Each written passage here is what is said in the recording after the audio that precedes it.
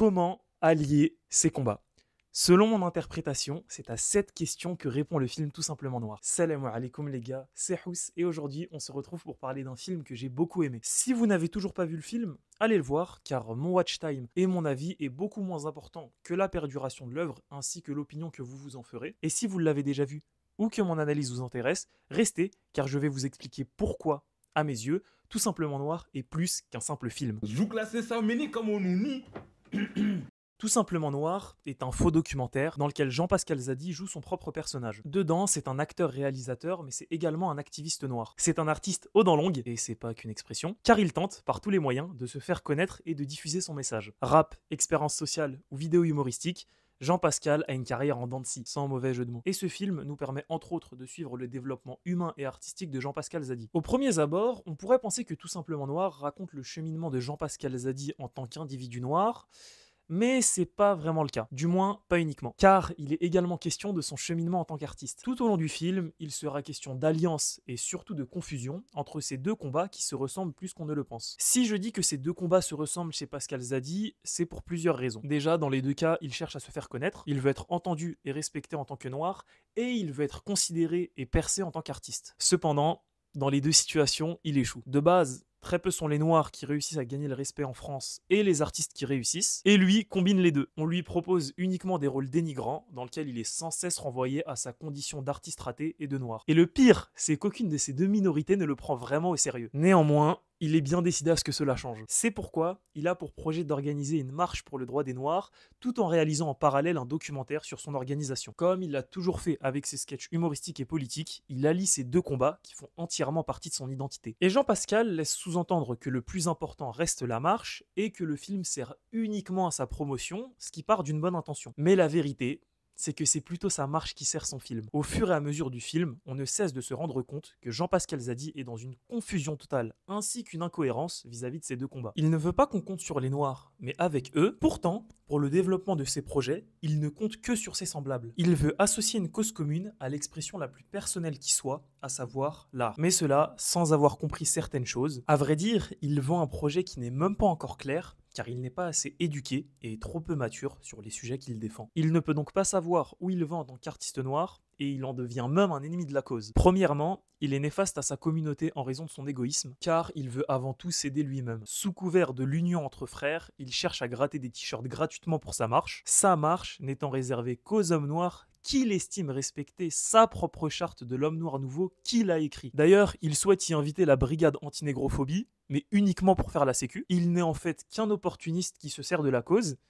Et le pire, c'est qu'il le sous-entendra lui-même. Moi, à la base, je suis comédien, tu vois. Le combat, je l'ai pas choisi, tu vois, ça m'est tombé dessus. J'ai été happé par le truc, en quelque sorte, tu vois ce que je veux dire. D'accord. D'un autre côté, Jean-Pascal Zadi manque clairement de nuances. Malgré le fait qu'il répète à plusieurs reprises qu'on doit considérer ses œuvres pour leur fond et pas que pour leur forme, il a globalement du mal à faire preuve de discernement. Il fait primer la forme et le paraître sur le fond et l'intention. Il veut davantage incarner l'image du changement que le changement en lui-même, et il parle plus de ce qu'il voudrait faire que de ce qu'il fait réellement. Il se veut activiste alors qu'il est polarisé et qu'il ne réfléchit pas, ce qui donne des réflexions plutôt cocasses. Pour lui, Omar Sy est louche car on ne peut pas être la personnalité préférée des Français en étant noir, et en tant que noir, t'es obligé de déranger, sinon t'es invendu. Pour lui, ses échecs en tant qu'artiste sont uniquement dus à sa couleur de peau. Par manque de maturité et d'éducation, il confond vraiment tout. Il en viendra même à se penser seul contre le monde en opposant la cause noire à l'écologie, suite à quoi Soprano le mettra directement face à son manque de maturité. Mais le plus néfaste chez Jean-Pascal Zadi, c'est son manque d'humilité. Son égoïsme, son manque de maturité et son absence de discernement auraient pu être moindres s'il en avait conscience. Mais au lieu de ça, il est totalement en confiance. Il ne fait alors que traquer les défauts et les manquements des autres, alors que les siens sont immenses. Il reproche à Claudia Tagbo ce qu'il demande aux autres de ne pas reprocher chez lui. Avec les musulmans, alors que c'est une minorité tout autant déconsidérée que la sienne, il fait des amalgames dignes de ceux qu'il subit. Enfin, il résume Karine Gioc à sa couleur de peau et l'enferme dans la case de journaliste noir. Alors qu'il prône le changement, il fait clairement du déterminisme, et la seule chose qui le gêne dans cette scène, c'est la forme des paroles de Karine avec l'utilisation du terme case. En bref, Jean-Pascal Zadi est complètement à côté de la plaque. Il ne se remet jamais en question et surenchérit dans sa bêtise. Et le plus drôle, je crois, c'est qu'il veut montrer que les choses ne vont pas, et que si on est tous ensemble, les choses peuvent bouger, alors que l'unicité de la communauté n'est pas le premier de ses soucis, et que si les choses ne vont pas, c'est à cause des cas comme lui. Néanmoins, Jean-Pascal Zadi n'est pas un cas isolé. De nombreux artistes noirs lui ressemblent dans ce tiraillement. J'en veux pour preuve la scène où Fabrice Eboué et Lucien Jean-Baptiste se cherchent d'époux alors que chacun a réalisé un film qui, selon sa sensibilité, dénonçait quelque chose. Mais ces derniers, par manque de discernement et de nuances, et par ego, préfèrent se faire la guerre. Et de son côté, Fary, fidèle acolyte de Jean-Pascal dans le film, représente également cet égoïsme et cet opportunisme. Prétendant être un représentant et un défenseur de la cause noire, il est en fait l'incarnation parfaite de l'artiste noir néfaste. Il est encore plus à côté de la plaque que Jean-Pascal. Il est plus égoïste et polarisé que lui et ne pense qu'à son image ou à sa reconnaissance. Il prône faire du divertissement et non de la politique. Il se permet alors de faire des comédies qui rassurent les blancs, dans lesquelles il ne propose que des clichés, et où le plus important n'est pas le message véhiculé, mais la reconnaissance qu'il en tirera. Installé dans le milieu depuis un moment, Fary est l'image de ce vers quoi Jean-Pascal file avec son attitude. C'est lui qui incite Jean-Pascal à choisir entre ses principes ou la célébrité, entre son film ou sa vieille marche de Renoir fatigué. Et fatigué de se battre vainement pour ses combats, Jean-Pascal finira par signer un deal dans lequel il n'est ni respecté en tant qu'artiste, ni respecté en tant que noir. Mais cela le fait tout de même réfléchir et sentir mal à l'aise. Il ne se retrouve pas et il a besoin de réponses. Et paradoxalement, c'est celui qu'il critiquait en début de film par jalousie, mais dont il rêve secrètement de devenir, qui lui apportera ses réponses. Omar Sy incarne tout ce que n'est pas Fary et ce que ne sera pas Jean-Pascal Zadi s'il continue dans cette voie. Successful, réfléchi, altruiste et surtout représentant et défenseur de la cause noire, il a brisé la fatalité de sa condition. Il met une baffe d'humilité à Jean-Pascal qui réalise sa médiocrité, en tant qu'artiste,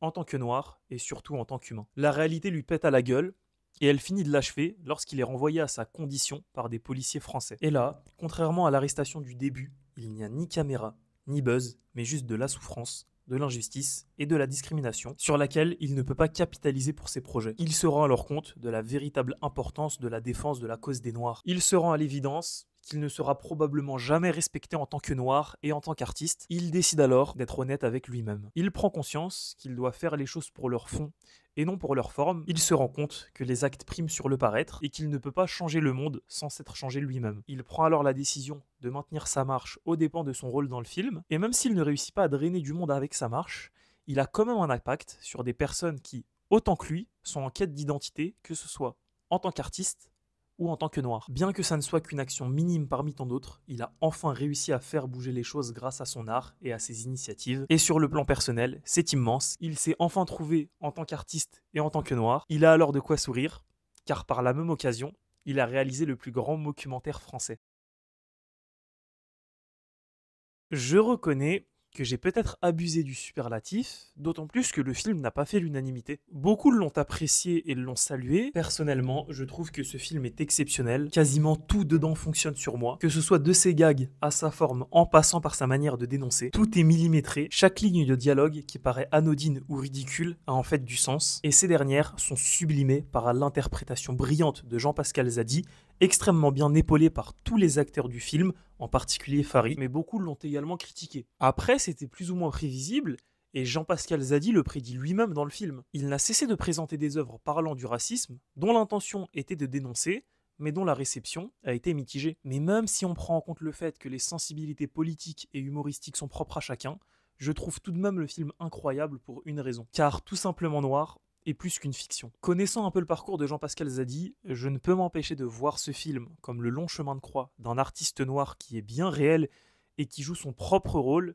dans un film autobiographique qui résume en 1h20 les tiraillements et les galères qu'il a subis durant ces 15 dernières années. Des années durant lesquelles il a touché à tout, des années durant lesquelles il a cherché désespérément comment allier ses combats à la notoriété, des années durant lesquelles il s'est mis des barrières et s'est auto-persuadé que les artistes noirs n'étaient limités qu'à un seul type de profil, et surtout, des années durant lesquelles il s'est cherché en tant qu'humain. Après s'être cassé les dents, non promis j'arrête, après avoir essayé et échoué par manque de maturité, d'expérience, de recul et de connaissances, j'ai comme l'impression que la sortie de Tout simplement noir confirme que Jean-Pascal Zadi s'est trouvé en tant qu'humain, en tant qu'artiste et en tant que noir. Ce même Jean-Pascal Zadi, qui a eu longtemps du mal à faire preuve de discernement, a sorti un film nuancé sur tous les points et qui le met autant en avant que la cause noire, et ce, sans que l'un prenne le dessus sur l'autre. Un film aussi original dans la forme que pertinent dans le fond, et où la question de l'alliance entre ces deux notions dans l'art revient sans cesse. Un film dans lequel il a enfin réussi à allier son engagement avec son originalité artistique. Un film qui,